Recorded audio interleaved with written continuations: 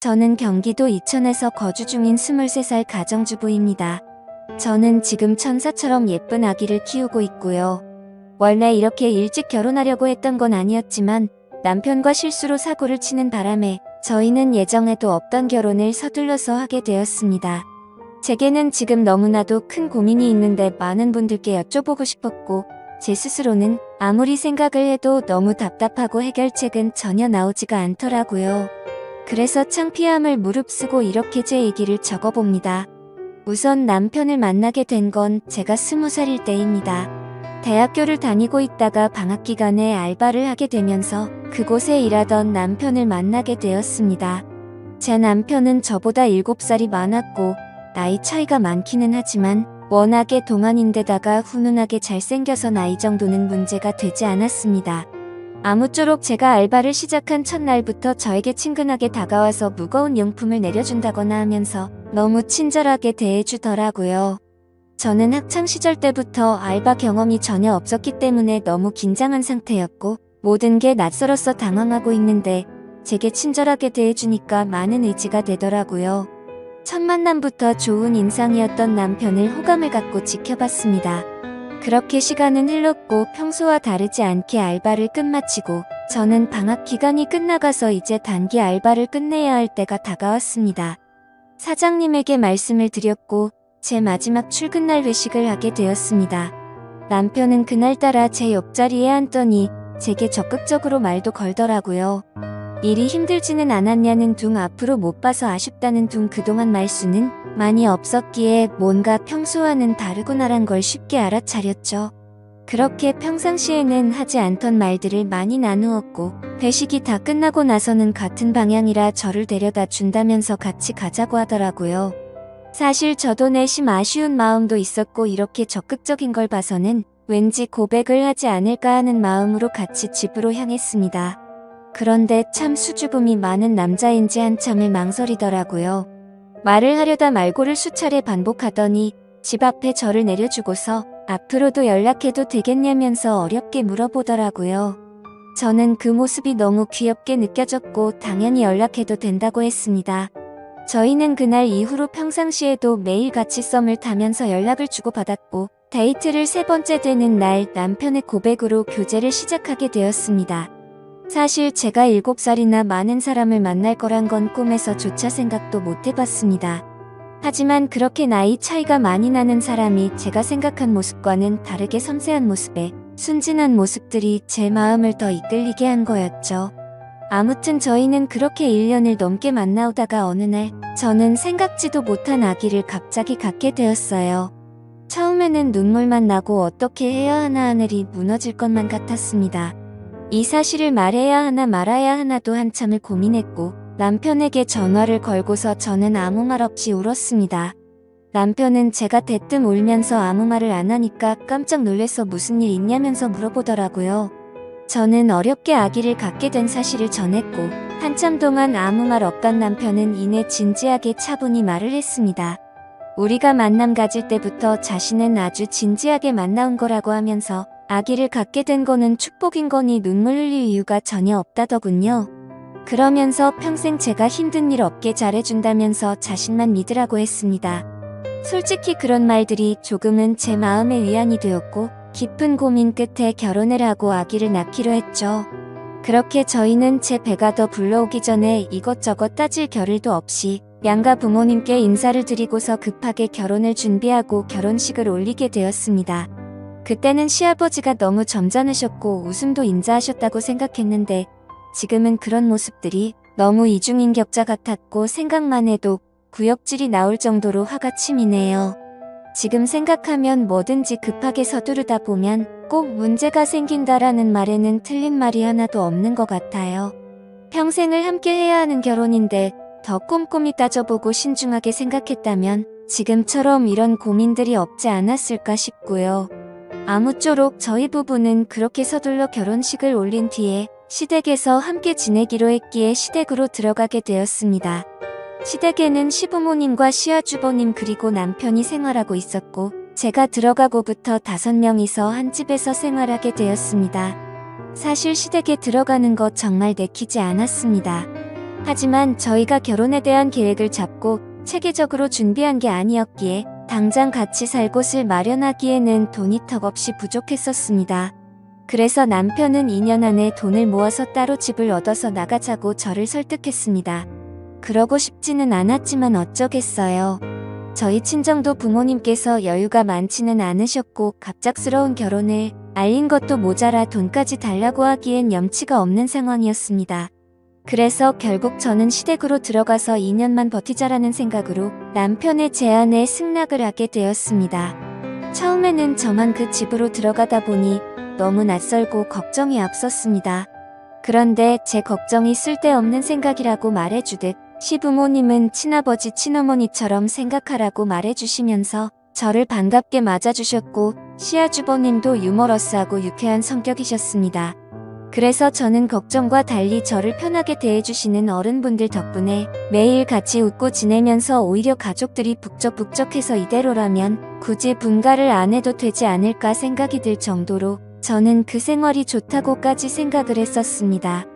하지만 그때는 제 삶이 이렇게 될 줄은 정말 상상조차 못했던 거죠.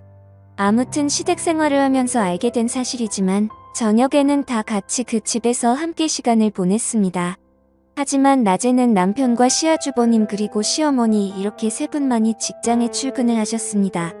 시아버지는 젊으셨을 때 건설업 쪽에서 일을 하셨는데 일을 하시다 실수로 높은 곳에서 잘못 떨어지셔서 허리를 크게 수술을 하셨고 그날 이후로 허리가 많이 안 좋으시다고 일을 하지 않고 집에서 쭉 쉬고 계십니다. 그래서 결혼 이후 시아버지와 저는 가족들이 퇴근하고 돌아오기 전까지는 둘이서 함께 집에서 시간을 보내고 있었고요. 처음엔 크게 문제될 게 없었는데 지금 생각해보면 그게 화근이었던 것 같습니다. 이제 본론으로 들어갈게요. 상황이 일어난 때는 제가 임신 막달에 일어났습니다. 다들 일을 나가시고 저하고 시아버지 둘만 집에 남아 있을 때였어요. 그때가 낮이었는데요. 시아버지는 외출하셔서 동네 어른들과 술을 드셨는지 집에 들어와서 저한테 갑자기 다가오시더니 제 위도 슬릭 올리려고 하더라고요. 아무리 그래도 그렇지 명색이 며느리인데 위도슬 올리려고 하다니요. 제가 아직 사회 경험도 부족하고 나이도 어렸던 건지 그때 알아차렸어야 했는데 참 한심했습니다. 그래도 그날은 식구들한테 아무 얘기도 안 하고요. 그냥 술을 드셔서 크게 실수하셨구나 생각하고 머릿속에서 잊자라는 식으로 넘어갔었습니다. 그런데 문제는 그렇게 넘어간 걸로 끝이 난 게 아니었던 거죠. 그때는 실수겠거니 생각했는데 지금 생각해보면 절대 실수가 아니었던 것 같네요. 식사를 차려드리면 맛있게 드신다면서 고생했다며 제 팔을 주물러주는 척하면서 주물댔다거나 주방에서 제가 있을 때 굳이 제 곁으로 지나가면서 은근슬쩍 스치면서 지나간다거나 그런 것들이 느껴졌습니다. 근데 실수일 수도 있는 이런 문제들로 대뜸 어딜 만지냐고 하는 것도 쉽지 않았고 사실 행동도 심각했지만 평상시에 하는 말들도 심각한 수준이었습니다. 저를 보고 너는 왜 그렇게 피부가 좋냐고 하면서 얼굴을 만져본다거나 언제부터 그렇게 성숙해졌냐며 민망한 말을 한다거나 참 입으로 담기에도 불쾌하고 짜증이 나는 짓들을 그때는 단순히 나이 드신 어른의 짓궂은 장난으로 생각한 제가 멍청했던 것 같습니다. 아무튼 이런저런 사소한 일들은 셀 수도 없는 것 같지만 또 한 번은 시아버지와 저 단둘이 집에 있었는데 무더운 한여름에 대청소를 하고 나서 땀이 굉장히 많이 났고 시아버지가 주무시는 걸 확인하고서 저는 샤워를 하러 들어갔습니다. 그렇게 샤워를 한창 하던 도중 갑자기 밖에서 문을 열려고 하는 인기척이 들리더군요. 그래서 저는 다급히 시아버님께 저 지금 샤워하고 있다고 대답을 했습니다. 그런데 본인도 너무 더워서 당장 샤워를 해야겠다고 문을 좀 열어보라는 겁니다. 정말 소름이 쫙 끼치더라고요.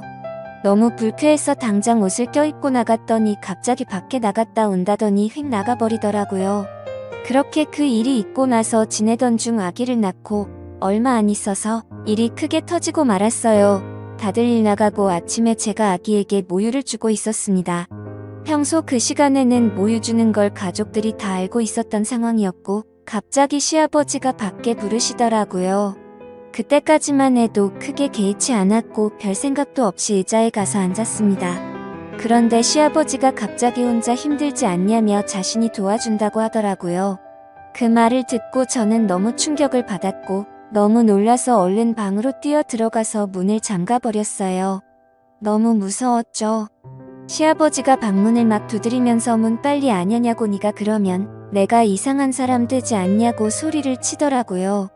생전 처음 겪는 일이라 아이를 데리고 창밖으로 뛰쳐나가고 싶은 심정이었어요. 문이 부셔져라 자꾸만 두드려대고 할 수 없이 문을 열었습니다. 문 열자마자 제게 다가왔고 저는 뒷걸음질 치면서 자꾸 그러시면 신랑한테나 시어머니한테 다 잃을 거라고 말하면서요. 그 얘기하고서 시아버지 표정을 보니 굉장히 화나 있는 표정을 지으시더니 동네 마실 나갔다 오신다고 말을 하더니 문을 쾅 닫고 나가더라고요. 그 틈을 타서 저는 쿵쾅대는 마음을 진정 솔직히나 시아버지랑 둘이 있는 게 무섭고 싫다고 시아버지가 오늘 나한테 무슨 짓을 하셨는지 아냐며 신랑한테 모든 얘기를 해버렸죠.